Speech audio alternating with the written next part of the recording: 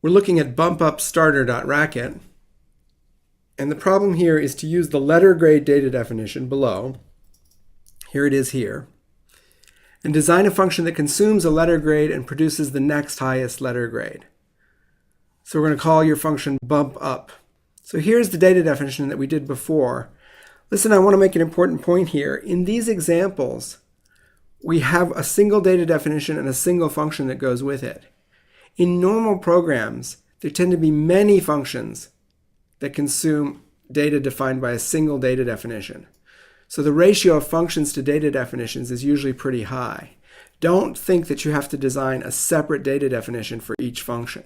In this case, there might be a function called bump up for the nice professors, and bump down for the not nice professors, and is honor roll, and all of those would all consume letter grade. There'd just be a single copy of the letter grade data definition. In fact, we'd put it in this part of the file called data definitions, and then there'd be multiple functions down here. So now let's get on with designing this function. And I'm going to do something here, which is I'm going to put a mistake in the template. And I'm doing this to show you why it is we're always careful to run templates when we do data definitions to make sure they're well formed. So I'm just going to inject that error right there, and we'll see what happens as we go on. Now try to forget it. So here we go. We're going to consume a letter grade. And we've got to produce the next highest letter grade. So we're also going to produce a letter grade. Produce next highest letter grade. Now there's an ambiguity in this problem statement, and we're going to start to have a little more ambiguity in our problem statements because remember, design is about going from ill-formed problems to well-structured solutions. And the ambiguity here is, what do we do with A? Okay, there isn't anything higher than A, so we might just put in parentheses, no change for A. Now we need a stub.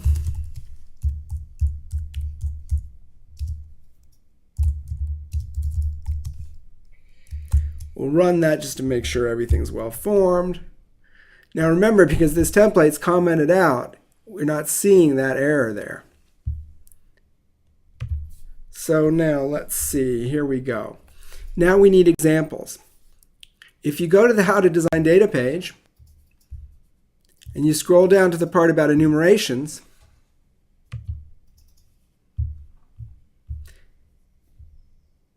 it basically says that you need to have at least as many tests as there are cases in the enumeration, which is what makes sense. Going back to the code, this enumeration has 3 cases, A, B, and C. It makes sense that we're going to have 3 examples.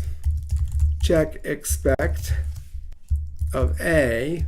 Well, we just decided that was going to produce A. And now we need 2 more. I'll just copy this one and edit it because they're all going to look pretty close to the same. Let's see, there's bump up of A, there's bump up of B, and there's bump up of C. We already said that bump up of A produces A, bump up of B produces A, bump up of C produces B. That's our examples. We'll run them to make sure they're well formed. And they are, but they're all running. One's not passing, we knew that.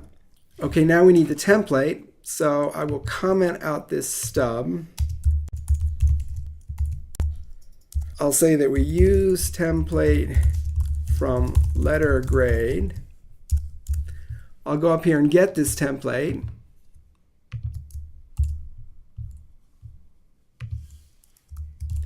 I'll copy it down. I'll rename it. And now, well, this is quite simple, this function. If we are bumping up an A, we get an A. If we're bumping up a B, we get a B. And if we're bumping up a B, we get an A. And if we're bumping up a C, we get a B. And now I'll run it. Oh, and I'm getting this error, L, this variable is not defined. And Racket highlights it for me. And now I have to figure out what this error is. And I see, oh yeah, this should have been LG because the parameter name is LG. So I'll put an LG there. And now you see the reason I got this error is because the error was in the template. This is why we check the well-formedness of the templates before we comment them out, is to get as many errors as possible out of them, because otherwise every time you copy the template, you get the error copied, right? It's not good to copy code with mistakes in it.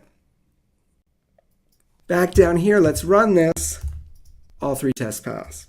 So in this case, because we had an enumeration, we got not only the structure of the template, but we got the structure of the examples, because for an enumeration, you should have at least 1 test for each case.